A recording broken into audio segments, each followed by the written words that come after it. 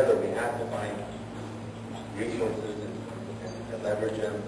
I don't know what that would do to their membership, but I do know, for instance, other chambers that are also suffering, some don't even take any money from the state.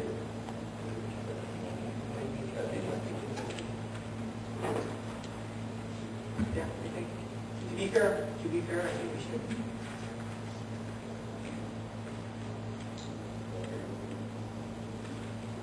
Anything else? Okay. For public comment, 3 minutes each, okay? Well, you know, we gotta maintain some sort of... Oscar, 3 minutes, please. Oscar Trejo. Ya se lo acabó. My name is Oscar Trejo, and I represent the Water Association. And we've been negotiating for a lot of years, and we've been to ups and downs.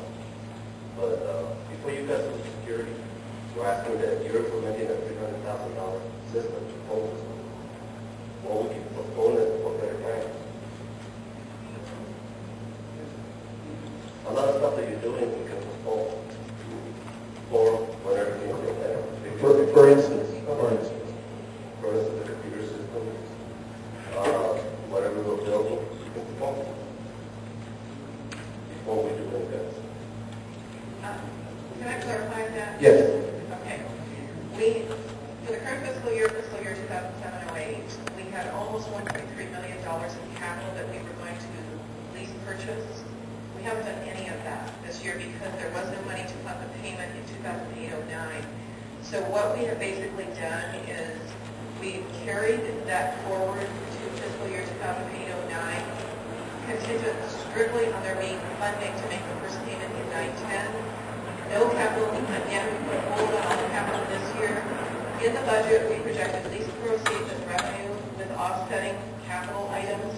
So it was a wash, but none of that took place because we didn't have the money. And we won't have the money in 08-09 the way it looks right now. But again, that is going to only happen contingent on there being enough money in 9-10 to make the payment. There won't be any capital approved. As emergency items arise in the general fund, we will have to talk about how we're going to fund those as we did the current fiscal year, because there was a couple of items for the fire department that became emergency items, so we did determine that we could fund those out of some other source.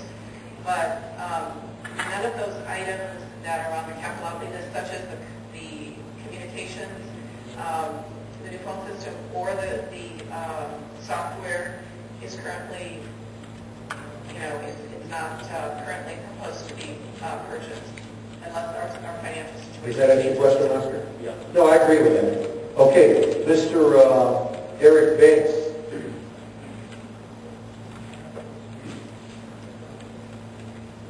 Good evening, Mayor, members of council.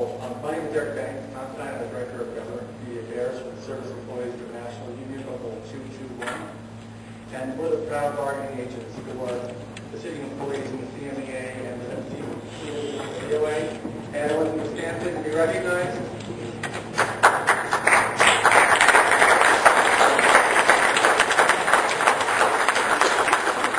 These men and women that make this city work, and I'm very proud of the work they do for you every single day. And we in SEIU are very concerned about the state of the budget and the effect it has on our workers. We take any action to change the working conditions and the economic conditions of our members very, very seriously. In the state of California, the Myers-Briggs-Brown Act calls for any changes to these conditions to be met on and conferred with the employees and the labor organization or the labor representatives.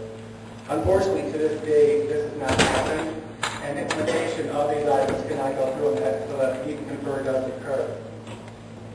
Closing the city budget is something that we're all very concerned about, and none of us should take very easily. We're concerned that our members have not been asked to be active participants in this process. We have not had a chance to sit down and work with the city management to look at where we think we can help close some of the gap and help save some money, close this loophole, and look at alternative options. Our members want to be partners with the city. They want to work with you. They want to find a solution because they care about the city as much as anybody else. Local 221 has a proven track record of uniting labor and management to find common solutions to budget deficits. Our members are committed to this, and they're ready to start working on it tomorrow. In 2 weeks, the new council will see, and they'll have a tremendous issue to grapple with. There's no question about that. I'm proud to see that the kids are here tonight, learning about the issues and learning how to affect our membership. We ask that the council seriously reconsider this package. We commend the city manager for what he's done so far. We want to work with you, sir, to go farther and look deeper and find better solutions to this. So we're asking tonight that you delay your decision on this until the new council seats and the employees get a chance to sit down with you and offer alternative solutions. Thank you very much. Thank you, Mr. Bates.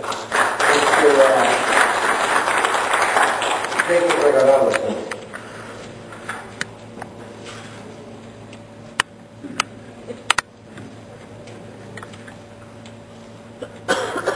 Honorable Mayor, Mayor Pro Tem, Council members, thank you for your time. My name is Jacob Regalado. Excuse me. I'm with SEIU Local 221. I'm here representing the members of CNEA as well as WWCOA. We understand that the City of Calexico has a $2.8 million budget deficit. We understand it's the responsibility of the City Council to make prudent financial decisions for the city as a whole. We also understand that printing a city budget is no easy task. But what we don't understand is why the city employees have not been consulted on identifying the best cost savings for the city. You have at your fingertips a team of experts, the city employees, who understand how the City of Calexico uses its money and how it provides the processes it uses to provide services to residents. Yet they have not been consulted on how to best save money for the city. Earlier this year, SEIU Local 221 worked with the City of Chula Vista, who had 2 budget deficits totaling over $20 million. We closed both those budget gaps by working with the city council members, the city employees, and the city manager's office to conduct a comprehensive budget analysis that identified real cost savings that work for the community as a whole. The residents of Calexico deserve to have a thorough and comprehensive budget analysis to identify these cost savings. No one takes greater pride in the quality of life for Calexico residents than the men and women who are here with you today. And that's why they must be part of this process. We know you have to pass a budget very soon, but we encourage you to work with the city employees and all the stakeholders to identify real cost savings that will work for the community and take the time to identify how we can best save money.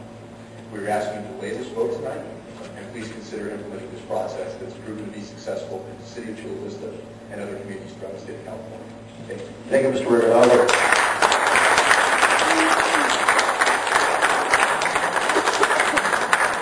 Mr. Navarro, please.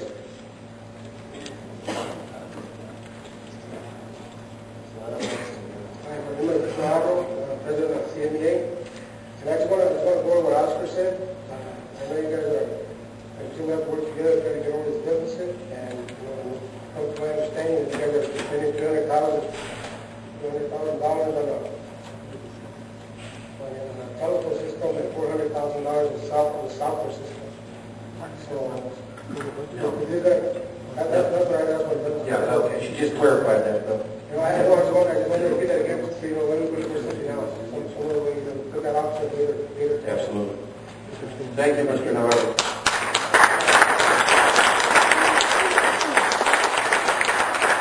Okay, anybody else?